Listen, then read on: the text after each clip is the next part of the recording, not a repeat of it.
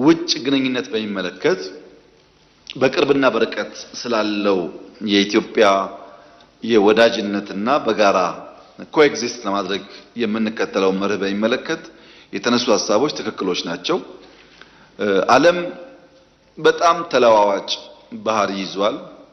ፕሬዲክት ማድረግ አይቻልም። ስለ ሁሉ ነገር ተገማች ነው። በብዙ ዘርፍ ምን ገምተውና ውጤቱ ይለያያል። ውስብስብ ነው፣ አሻሚ ነው። አሻሚ ውስብስብ ተገማችና ተለዋዋጭ በሆነ አውድ ውስጥ የሚኖረን ፖሊሲ ፕራግማቲክ መሆን ካልቻለ በቋሚነት አንድ መርህ ማስቀመጥ ያስቸግራል። መስፈሪያው ናሽናል ኢንተረስት ሆኖ ፕራግማቲክ በሆነ መንገድ መሄድ ያስፈልጋል። ለዚህኛ የምንከተለው መንገድ ሀገርኛ ብሂል ነው። ውሃ ሲጠራ ባጭ፣ ሰው ሲታወክ ባት ይላል ሀገሬ ሰው። ውሃ ሲደፈርስ አትቅዳ ማለት ነው። ሲጠራ ቅዳ ማለት ነው። ነገር ሲደፈርስ በጥንቃቄ ማየት፣ ሲጠራ ደግሞ የሚያስፈልገውን ነገር መጨለፍ ያስፈልጋል። ቢኮዝ የሚደፈርስባቸው አካባቢዎች አክተርስ አሉ። እነዛ አክተሮች ለምን እንዳደረጉት በወጉ በቅጡ ሳናቅ የሚኖረን ኢንቮልቭመንት ጥንቃቄ የታከለበት መሆን ያስፈልገዋል። የኛ መርህ ምንድነው ያላችሁ እንደሆነ የኢትዮጵያን የውሳኔ ሉዓላዊነት ማስጠበቅ ነው። በእኛ ዲሲሽን ውስጥ በእኛ ናሽናል ኢንተረስት ውሳኔዎች ውስጥ ሌሎች ከፍላጎታችን ፈቀቅ በሚያደርገን ልክ ኢንፍሉዌንስ እንዲያደርጉ አለመፍቀድ፣ ስትራቴጂክ ኦቶኖሚያችንን መጠበቅ ነው። በዚህ ደግሞ እንታወቃለን። በቀላሉ ሸብረክ እንደማንል ይታወቃል። ለዚህ የምንከተለው መንገድ በእኛ ሳይድ 3 መ ብለን አስቀምጠናቸዋል። አንደኛው መቋቋም ነው። ሬዚሊየንት ኢንስቲትዩሽን እና ሀገር መፍጠር። ያን ለማድረግ ክፍተት ሲታይ ክፍተት መሙላት፣ በሶፍትም በሃርድም የሚያስፈልጉ ፓወሮች ክፍተት እያየን መገንባት። ሁለተኛ መጠቀም ነው። ፈተናን ወደ እድል መቀየር። ሶስተኛው መግራት ነው። በሰው አጀንዳ መገራት ሳይሆን የራስ አጀንዳ ፈጥሮ መግራት ነው። እዚህ ቦታ ላይ አላነሳውም ጊዜው ስላልሆነ። ይገርመኛል፣ አጀንዳ ፈጥረን የመግራት አቅማችን ያደገበት ደረጃ አንብሊቨብል ነው። አሁን አልገልጸውም ለጊዜው። ያም ሆኖ ግን መቋቋም፣ መጠቀም፣ መግራት መርህ አድርገናል። በነበረው ግጭት እነዚህ መርሆች አፕላይ አድርገናል። ምግብ ማምረት ክሪቲካል ነው፣ ግጭት ሲፈጠር እንቸገራለን ብለን ነበር። አሁን ባለው ግጭት ማዳበሪያ፣ ነዳጅ ስለሚጠፋ አፍሪካ ትራባለች የሚል መዝሙር ሟርት ትሰሙ ይሆናል። ብዙ የሚነገረው አይ ከነሹሪው ኢትዮጵያ አትራብም፣ ለነሱ ይስሙት፣ እኛ እንራብም፣ ሰርተን ራሳችንን እንመግባለን። ይሄ ቋንቋ እንደማይጥም አውቃለሁ፣ ግን አንራብም። እዛው ተጋጭተው ችግራቸውን ሳይጨርሱ ትራባላችሁ፣ እዛው ኮቪድ ብለው ታልቃላችሁ ሲባል እንዳለ ይሄን ሟርት መቀበል ትክክል አይደለም። ኖ ማለት ያስፈልጋል። ጫና የለውም ወይ? ይኖረዋል። ጥቅምስ አለው። ብዙ አትርፈንበታል፣ ብዙ ተጎድተንበታል። ከሁሉ በላይ 2 ትላልቅ የዓለም ጦርነቶችን በደንብ አናላይዝ ካደረግን በኋላ እንደ ሀገር ሉዓላዊ ክብራችንንና ሀገራዊ ብቃታችንን የሚያናጉ ክፍተቶች ለይተን አቅም ገንብተንበታል። እዛ ያየነውን ጥንቃቄ ተምረንበታል፣ ክፍተት ሞልተንበታል። በዚህ ውጊያ ያገኘነው ትምህርትና የፈጠርነው አቅም በጣም ከፍተኛ ነው። በጣም ከፍተኛ ነው። ብዙ ትምህርቶች አግኝተንበታል። በዚያው ልክ ደግሞ ያስከተለው ጉዳት አለ። ሁለቱም ባላንስ አድርጎ ማየት ያስፈልጋል። ከጠላት አንጻርስ ያለው ስሌት ምንድነው? እኛ ስትራቴጂክ ኦቶኖሚ ለመጠበቅ 3 መን እንዳልነው ሁሉ ጠላት ደግሞ ሳያቅ እሱም 3 መን ይከተላል። በሱት ስሌት አንደኛው መካድ ነው። መካድ ኢትዮጵያ ድል በሀብት ያላት አልገዛም የሚል ህዝብ ያላት ሊገዟት ሁለቴ ሶስቴ አራቴ ሞክረው ተሸንፈው የተመለሱባት ሀገር መሆኗን ኢትዮጵያ ማንበርከክ ቀላል አለመሆኑን ቢያቅም ታሪኩን ይክዳል። አንዱ መካድ ነው። ሁለተኛው መርሳት ነው። ይህ ሀገር ስትራቴጂክ ዴፕዝ አለው፣ ሂውማን ዲቪደንድ አለው፣ የወጣት ሀገር ነው። ከከፋ ራሱን ሊከላከል ይችላል። አቀማመጡም ተቋማዊ ልምምዱን ቀላል አይደለም የሚለውን መርሳት ደግሟል። ስለኛ ሲያስታውሱ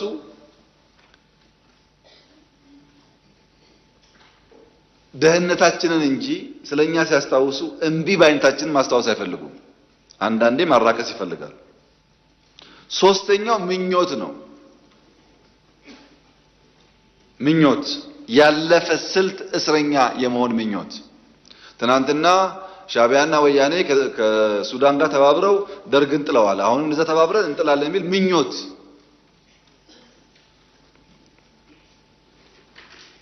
እንኳን ሻዕቢያና ወያኔና ሱዳን ሌላም ቢጨመር በኢትዮጵያ ሉዓላዊነት ቅንጣት ታክል ስጋት የለም። ቅንጣት ታክል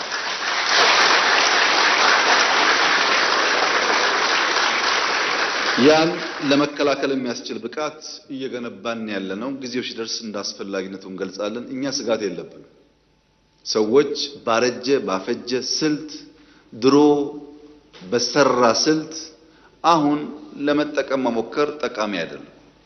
ምክንያቱም ያኔ ስልቱ የሰራው በሸበጥ ጮፈሬ የላስቲክ ጫማ መሄድ የፈለገ መቅመል የፈለገ መራብ የፈለገ ቢገባውም ባይገባውም ወስቶ የተከተለ ኃይል ነበረ። አሁን ግን 22 እና መገናኛ ህንጻ አስቀምጠህ እዛ በመቀመጥ አይሆንም ማለት ነው። ተቀይሯል ጊዜው። ሀብት እያፈራህ ሀብትን እያጣጣምክ ራስን ደግሞ ለመስዋዕት ማዘጋጀት አብሮ አይሄድም። አልፎበታልና ይሄ ምኞትም አይጠቅምም። ቀደም ብየዋለሁ። አሁን ደግሜ መናገር የምፈልገው የሚያስፈልገን ሰላም ነው። የሚያስፈልገን ትብብር ነው። የሚያስፈልገን አብረን መስራት ነው። የሚያጓጉ ነገሮች አሉ። ትግራይ ጦርነት እንዲፈጠር ሰፊ ፍላጎት አለ። እምቢ ያልንበት ምክንያት ትርፍ የለውም ብለን አሁንም ለሰላም በራችን ክፍት ነው። ለንግግር በራችን ክፍት ነው። መወያየት የምንፈልገው ሰላም ማምጣት የምንፈልገው በእኛ በኩል ትተን ተጎርተን ለትግራይ ሰላም ከመጣ ፍላጎታችን እሱ ነው። ግን አንድ ነገር ማወቅ አለባችሁ።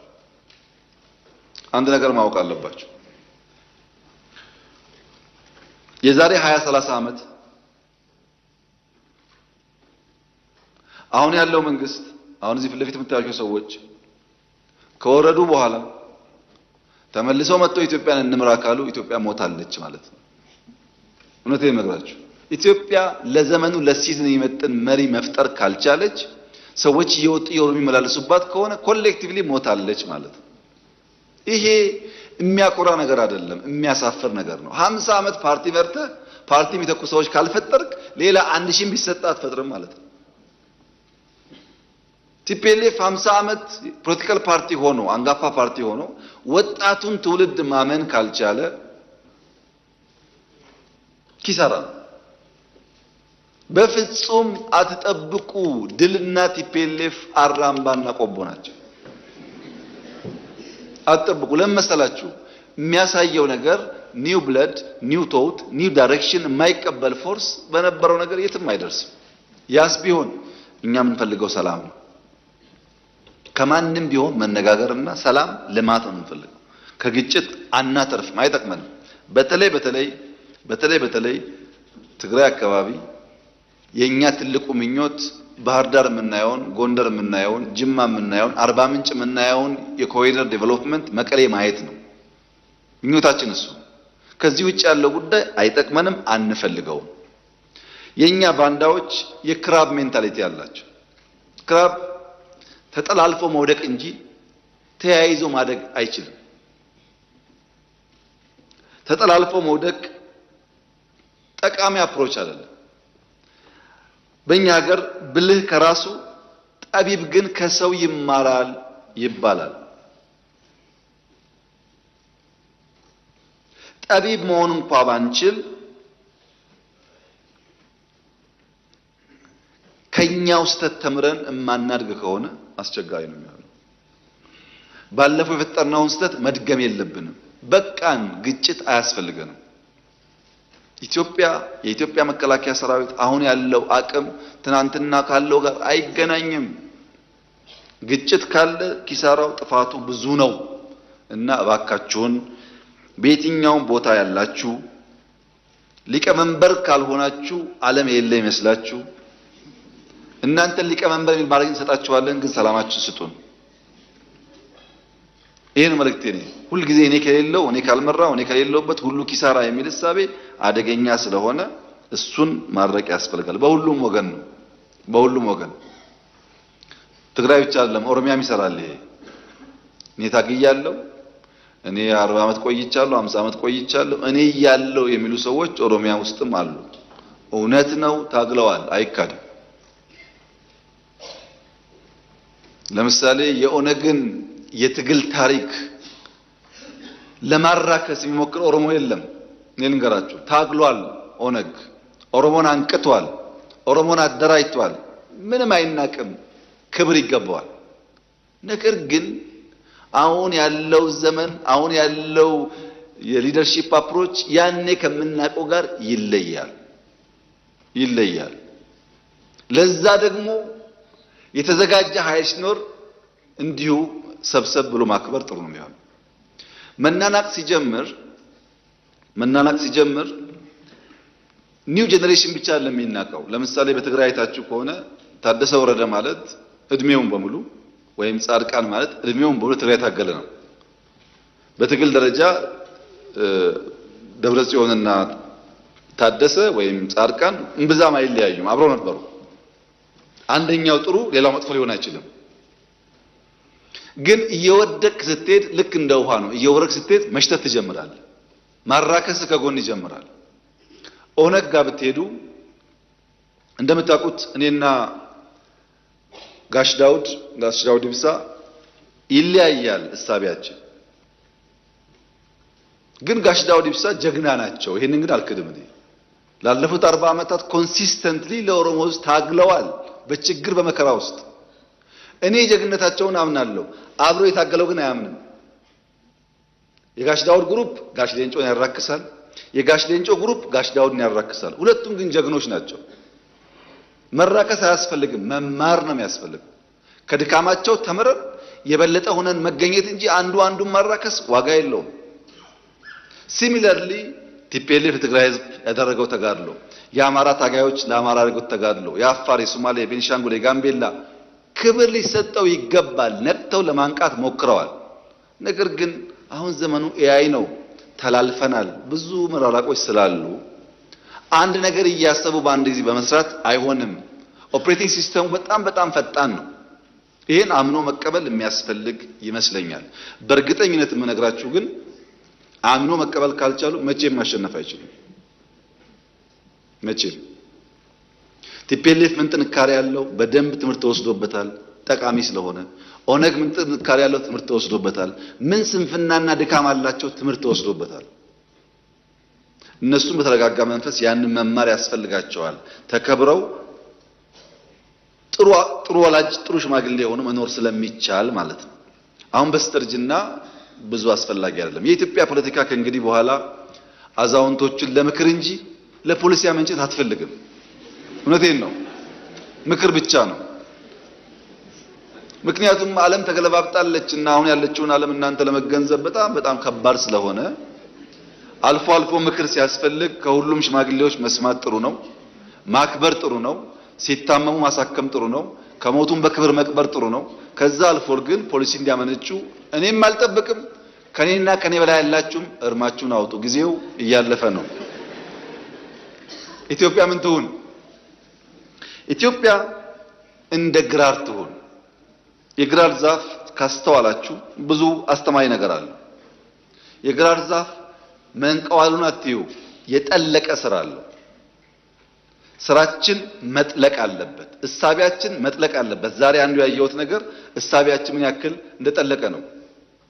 የመደመር እሳቤን ዶክተር ደስታዬ ሲዘረዝሩ ምን ያክል አመለካከቱ እየሰፋ እንደመጣ ገብቶኛል። እንሰብሰብ፣ አንድ እንሁን፣ እንከባበር፣ በሰላም እንነጋገር፣ አብረን እንደግ፣ በተሰራው ስራ እንኩራራ፣ አዳዲስ ድል እናምጣ የሚለው በሙሉ የመደመር እሳቤ ነው። በጣም ጥሩ ነገር ነው። ይሄን እሳቤ በብዙ ፓርቲዎች ውስጥ እንደምንሰማው ጥርጥር የለኝም። በነገራችን ላይ እኛ እንደመር ስንል ወንጀል ነው ያሉ ሰዎች እኮ ዛሬ እንሰብሰብ እያሉ ነው አለ። ይሄ እኮ ድል ነው። ባይሉትም አምኖ ተቀብለዋል ማለት ነው። ግን ኢንቴንሽኑ ፖዚቲቭ ስላልሆነ የመሳካት እድሉን እንጠራጠራለን። አንደኛው የጠለቀ ሰር ስራችን መጥለቅ አለበት። ሁለተኛው ከፍ ብሎ መብቀል ነው። ትናንሽ ያረጁ እሳቤዎች ከጉዟችን እንዳያደናቅፉን ከፍ ብለን መብቀል አለብን።